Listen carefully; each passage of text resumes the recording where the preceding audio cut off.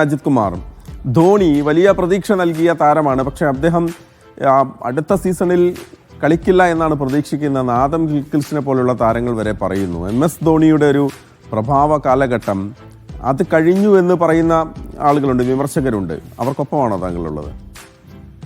തീർച്ചയായിട്ടും അവരൊപ്പം തന്നെയാണ്. കാലം കഴിഞ്ഞു അത് വളരെ വ്യക്തമാണ്. കാരണം ഇപ്പൊ ഋതുരാജ് ഗൈക്വാഡിന്റെ ക്യാപ്റ്റൻസിയിൽ ജയിച്ച ആ 2 കളി, ആദ്യത്തെ ഫസ്റ്റ് മാച്ചിനെ മുംബൈ ഇന്ത്യൻസിനെ തോപ്പിച്ചപ്പോൾ ഞാൻ വിചാരിച്ചു ഇത് CSKന്റെ സീസണാണ്. ഗൈക്വാഡിന്റെ നല്ല പെർഫോമൻസ്, ഗൈക്വാഡ് ആയിരുന്നു അവരുടെ ശരിക്കും ആണി. ഗൈക്വാഡ് പോയതോടെ അവരുടെ കളി വല്ലാതെ മാറിയത്. മാത്രമല്ല രജിത് രവീന്ദ്രനൊക്കെ ഞാൻ വിചാരിച്ചു അദ്ദേഹം നല്ലൊരു ടീം മോശം ഞാൻ ഒരിക്കലും പറയുന്നത്. രജിത് രവീന്ദ്ര, ജഡേജയെ പോലെ ഒരു പ്ലെയർ മിഡിൽ ഓർഡറിൽ ഇരിക്കുന്ന സമയത്ത് T20 ഇന്നും ലോകത്തിലെ ബെസ്റ്റ് പ്ലെയറാണ്. T20 റിട്ടയർ ചെയ്തെങ്കിലും നമുക്കൊക്കെ അറിയാം is of the best players. പക്ഷെ ഗൈക്വാഡിന്റെ കീഴിൽ 2 മത്സരങ്ങൾ വിജയിച്ചതിന് ശേഷം ധോണി ക്യാപ്റ്റനായപ്പോൾ നമ്മളെല്ലാവരും വിചാരിച്ചു ഒരു വലിയ ചേഞ്ച് വരാൻ പോകുന്നു. വാസ്തവത്തിൽ അന്ന് തന്നെ എന്റെ ഒരു പ്രഡിക്ഷൻ ആയിരുന്നു ഇത് വലിയ ചേഞ്ച് ഒന്നും വരാൻ പോണില്ല.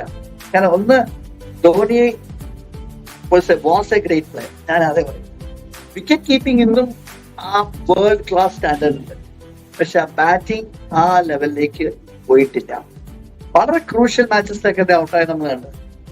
വളരെ ക്രൂഷ്യൽ. അദ്ദേഹം ഈസി ആയിട്ട് കളി ജയിപ്പിക്കാവുന്ന മത്സരങ്ങളാണ്. പണ്ടൊക്കെ ആണെങ്കിൽ അദ്ദേഹം തീർച്ചയായിട്ടും മത്സരം വിജയിപ്പിക്കുമായിരുന്നു. അതൊന്നും പറ്റിയില്ല. 44 വയസ്സായില്ലേ ധോണിക്ക്. ടൈം ചെയ്തിട്ടായി അദ്ദേഹത്തിന് ഗുഡ് ബൈ പറയാനുള്ള സമയമായി. അദ്ദേഹം ഒരു മെന്ററായിട്ട് നിൽക്കുന്നതായിരിക്കും ബെസ്റ്റ്.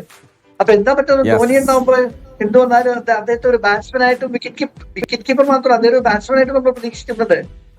നമ്മൾ ഫുൾ അദ്ദേഹത്തിന് 10 കളി എടുത്ത് നോക്കിയാൽ ഒരു 1-2 മത്സരത്തിൽ ഒത്തിരി സ്കോർ ചെയ്യുന്നല്ലാതെ മറ്റൊരു മത്സരത്തിൽ അദ്ദേഹത്തിന് ഒരു ഇഫക്റ്റീവായ സ്കോറിംഗ് പോലും ഉണ്ടായിട്ടില്ല.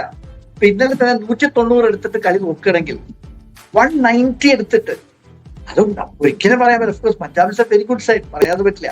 പക്ഷെ പഞ്ചാബ് ഒരു ഡിഫീറ്റിന് ശേഷം വന്ന ടീമായിരുന്നു. ഒരിക്കലും അവരൊരു ഡീമോറലൈസ്ഡ് ആയിട്ട് വരുന്ന ടീമിന് അവർ 190 എടുത്ത് ശ്രേയസ് അയ്യർ 72 ഗംഭീര ഇന്നിങ്സ് ആയിരുന്നു, യാതൊരു സംശയമൊന്നുമില്ല. പക്ഷെ എന്ത് വന്നാലും 190 സ്കോർ ചെയ്ത് എന്താണ് അവർക്ക് ഒരു കാലത്ത് ചെന്നൈ ഒരു 170 180 എത്തിയ അവർ ജയിക്കുന്ന സ്കോറാണ് അവര്, വിന്നിംഗ് സ്കോറാണ്.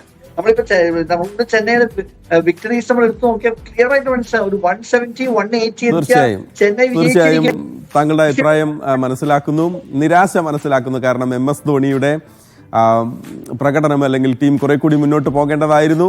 190 എന്നൊരു സ്കോറിൽ എത്തിയിട്ട് പോലും ചെന്നൈക്ക് ജയിക്കാനായില്ല എന്നുള്ളതാണ്. മാത്രമല്ല ധോണിയിൽ നിന്ന് കുറെ കൂടിയൊക്കെ പ്രതീക്ഷിച്ചിരുന്നു, അത് വന്നില്ല എന്ന് ആരാധകർ പറയുന്നു. അതിനൊപ്പമാണ് ഡോക്ടർ അജിത് കുമാറും. അപ്പോൾ അടുത്ത സീസണിൽ